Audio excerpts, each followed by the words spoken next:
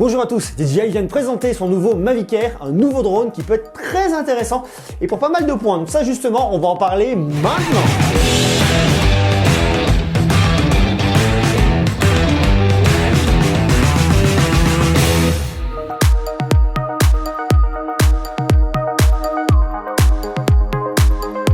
DJI, c'est une marque que vous connaissez forcément parce que DJI, c'est vrai que c'est le roi du drone grand public. Alors il y a aussi des produits dédiés pour les professionnels, mais c'est vrai que pour le grand public, DJI est hyper connu. Il y a eu le Phantom 3, Phantom 4, Phantom 4 Pro, le Mavic Pro Platinum, il y a l'Osmo, Osmo Mobile, Osmo Mobile 2, l'Osmo Plus, enfin il y a une gamme qui est hyper large chez DJI. Il y a aussi une gamme plus professionnelle, mais c'est vrai que pour le grand public, DJI est hyper présent. Et ils ont sorti l'année dernière le Spark. C'est un drone hyper compact, très facile à piloter, qui là s'adresse énormément au grand public. Et là effectivement, on vient d'annoncer un nouveau drone qui s'appelle le Mavic Air, qui est en gros à mi-chemin, je mets les grandes guillemets, entre le Mavic Pro Platinum, ce sont deux produits dans la gamme Mavic, et de l'autre côté, le Spark. Parce que c'est vrai que ce Mavic Air ressemble énormément au Spark, mais il a toutes les qualités du Mavic Pro et à un tarif beaucoup plus bas. On va regarder ce qu'est ce nouveau Mavic Air, à qui il s'adresse, qu'est-ce qu'on peut faire avec, quelle est un peu la différence par rapport au Mavic Pro, et est-ce que ça vaut le coup de l'acheter, oui ou non.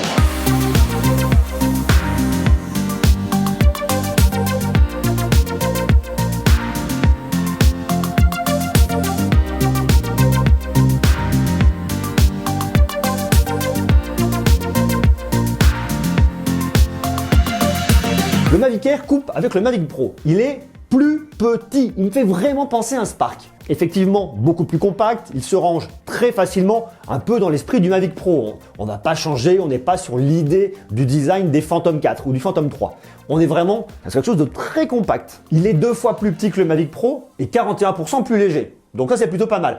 Le point qui a vraiment été mis en avant par DJI, c'est la portabilité. C'est vraiment un drone que vous pouvez emmener partout avec vous. Ils ont fait la démo, il l'avait dans sa poche, la télécommande dans l'autre, encore avec un autre drone. Enfin, on voit vraiment que c'est un produit qu'on peut très facilement emmener avec soi. Où que vous soyez, si vous êtes créateur de contenu, vous le sortez facilement, vous le pilotez, vous faites ce que vous voulez. C'est le premier drone avec une si petite taille qui a un stabilisateur sur 3 axes. On peut filmer en 4K à 30 images par seconde en 100 mégabits par seconde. Si vous voulez filmer en 60 images par seconde, il faut descendre en 2,7K. Ouais, c'est un format un peu bâtard, mais on peut descendre en 2,7K. Vous pouvez aussi le faire en Full HD.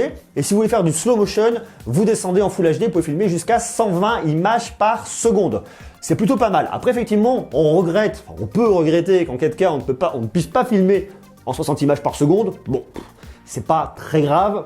C'est vrai que ça aurait été mieux. Alors c'est un drone qui va encore plus loin pour l'utilisation, je dirais semi-professionnelle. Vous avez 7 caméras tout autour du drone qui vont capter l'environnement, qui vont en gros faire une espèce de carte en 3 dimensions pour vraiment repérer les reliefs, pour repérer en gros ce que vous avez autour. Ce qui fait que lorsque vous allez piloter votre drone qui va se rapprocher d'un arbre, il va l'éviter par lui-même. Il va soit le contourner, soit passer au-dessus. Pareil pour tous les obstacles, que ce soit un rocher, que ce soit ce que vous voulez, il va effectivement le contourner tout seul. Donc bon, on voit vraiment qu'il y a un vrai assistant de vol pour d'une, préserver les drones et pour deux, l'expérience utilisateur soit quand même plus sympa. Ça serait dommage d'aller le planter parce qu'on sait vraiment, surtout quand on commence à piloter un drone, les erreurs sont hyper fréquentes. Donc ça, c'est assez intéressant et on voit vraiment qu'on s'adresse aux semi-professionnels, voire carrément à l'amateur qui rentre dans cette gamme de produits. Vous pouvez le piloter pendant 21 minutes. 21 minutes, oui, mais à 25 km/h. On va pas s'affoler. Si vous êtes en mode sport, qui va jusqu'à 68 km/h, vous allez forcément voler beaucoup moins parce que vous allez forcément consommer plus. Enfin, voilà, c'est très logique tout ça. Vous pouvez piloter jusqu'à une distance de 4 km. Côté photo vidéo, vous avez une caméra de 12 mégapixels avec une ouverture de 2.8. Ça correspond, si vous voulez, à un objectif de 24 mm. Pour la netteté, il faut être minimum à 50 cm. Et pour la plage ISO pour la vidéo, vous allez de 100 à 1600 ISO et pour la vidéo de 100 à 3200 ISO en mode manuel. Pour la photo, vous pouvez faire de beaux panoramas, il y a du HDR. En plus, ce qui sympa dans ce drone, c'est que vous pouvez stocker jusqu'à 8 gigaoctets à l'intérieur. Donc, lorsque votre carte est pleine, vous avez oublié d'emmener votre carte, vous pouvez quand même filmer et ça, c'est plutôt pas mal. Vous avez un port USB-C et pour les cartes, c'est de la micro SD. Pour la vidéo, vous avez toute une série de scènes assez faciles. Vous pouvez faire de l'active track, c'est-à-dire qu'il va vous suivre, il va suivre vos déplacements. Vous avez des quick shot modes qui vont être des modes de prise de vue faciles. En gros, si vous voulez, c'est des espèces de presets qui sont pré-créés, pré-programmés par DJI. Vous avez qu'à les lancer et ça fait plein de mouvements, ça fait différentes choses autour de vous. Alors vous avez le droni, vous avez le cercle, vous avez l'hélice, le rocket et en plus là, ils ont rajouté l'astéroïde et le boomerang. C'est effectivement le côté automatique, mais ça fait quand même son petit effet, c'est plutôt pas mal. Comme sur le Spark, vous avez la reconnaissance des gestes, vous pouvez le démarrer directement, le take-off, décollage avec votre main, vous le pilotez, les mouvements sont très précis, ça le reconnaît très bien, enfin il y a une démo, ça a l'air d'être en tout cas vraiment pas mal. J'ai essayé le Spark, c'est vrai que je dois reconnaître que c'est un produit qui est assez bluffant. Ce système de pilotage avec la main, c'est très clairement adressé, je dirais, plutôt à l'amateur, à des personnes qui veulent se faire plaisir, plutôt qu'aux professionnels. Très clairement, voilà. Après, si vous voulez entrer dans un côté un peu plus pro, vous avez une télécommande. Alors la télécommande, ce qui est en plus super intéressant, c'est qu'elle est vraiment faite pour pouvoir être emmenée partout avec vous.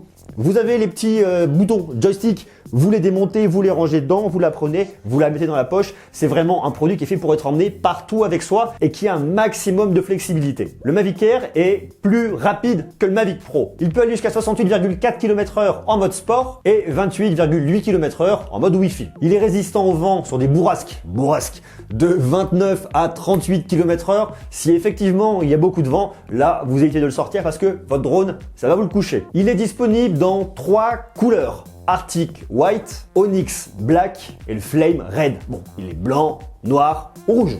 Voilà, pour faire simple. C'est un produit qui est vendu au tarif de 849 €. Le Mavic Pro, lui, fait 1199 € et le Mavic Pro Platinum fait 1299 €. Et si vous regardez le prix du Spark, aujourd'hui, il est à 499 € au lieu de 599 € normalement sur le site de DJI. Donc on voit vraiment qu'on est sur un produit qui se positionne à mi-chemin. On voit que c'est un peu le produit manquant dans la gamme DJI. Parce que si vous aimez ce type de produit compact à emmener partout, parce que là, on ne parle pas du tout d'un Phantom 4. Un Phantom 4, vous n'allez pas l'emmener partout. C'est le produit, il faut la mallette, enfin, c'est un peu plus contraignant. Le produit que vous pouvez emmener partout avec vous, c'est effectivement le Spark et maintenant le Mavic Air. Le Mavic Pro, c'est pareil, il est un petit peu plus gros. Donc le Mavic Air, vous voyez bien que on est vraiment dans cette gamme de produits, dans l'entre-deux. DJI va chercher effectivement à toucher un public qui n'a pas forcément avec son Mavic Pro. On est en dessous des 1000 € symboliques. On n'est effectivement pas sur le produit le moins cher, mais voilà, on est vraiment sur l'entre-deux. On voit très bien que DJI va chercher à séduire un nouveau public, à rendre le drone toujours plus facile d'accès. Donc voilà, c'est très clairement une stratégie. Un nouveau produit. L'année dernière, il y a eu une mise à jour du Mavic Pro. L'année dernière, il y a aussi eu le Spark. Donc on voit encore que la gamme s'élargit et c'est super intéressant. D'autant plus que DJI a sorti il n'y a pas longtemps l'Osmo Mobile 2 que j'ai pu tester d'ailleurs. Si vous voulez aller voir, la vidéo est ici. Donc on voit qu'effectivement, ils vont aller toujours plus loin sur des produits un peu moins chers pour s'adapter aussi à la concurrence et aux besoins du public.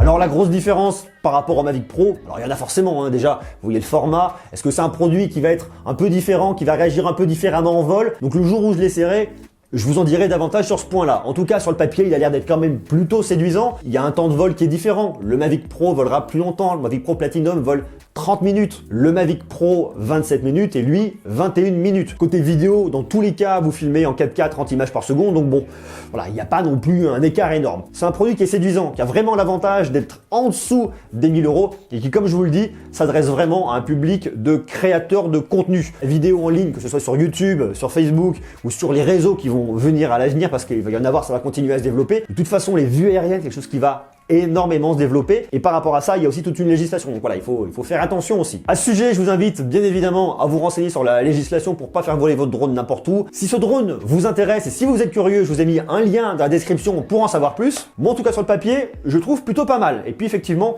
il a l'avantage de rendre la gamme Mavic plus accessible. Dites-moi vous ce que vous en pensez. Est-ce que vous pourriez vous laisser tenter? Est-ce que vous avez un Mavic Pro? Est-ce que vous avez un Phantom 4? Est-ce que vous avez un Spark? Est-ce que ce Mavic Air pourrait vous intéresser? Est-ce que vous pensez effectivement, comme moi, que c'est un chaînon manquant dans la gamme de DJI? Et est-ce que vous le trouvez intéressant? Marquez-moi tout ça en commentaire, on en discute ensemble. Comme d'habitude, je vous invite à me laisser des jolis pouces, à vous abonner. On reste connecté parce qu'on va parler toujours plus de high-tech. J'ai plein de nouveautés, j'ai plein de choses sur le coup que je suis en train de vous préparer, plein de surprises. Donc Restez connectés, abonnez-vous, je vous dis à bientôt. D'ici là, soyez sages, comme d'habitude, je vous embrasse. Allez, aujourd'hui, je vous fais la bise. Allez, soyons fous. Toi aussi. Gros bisous, à bientôt. N'oubliez pas, vous êtes les meilleurs et surtout, prenez soin de vous. Ciao!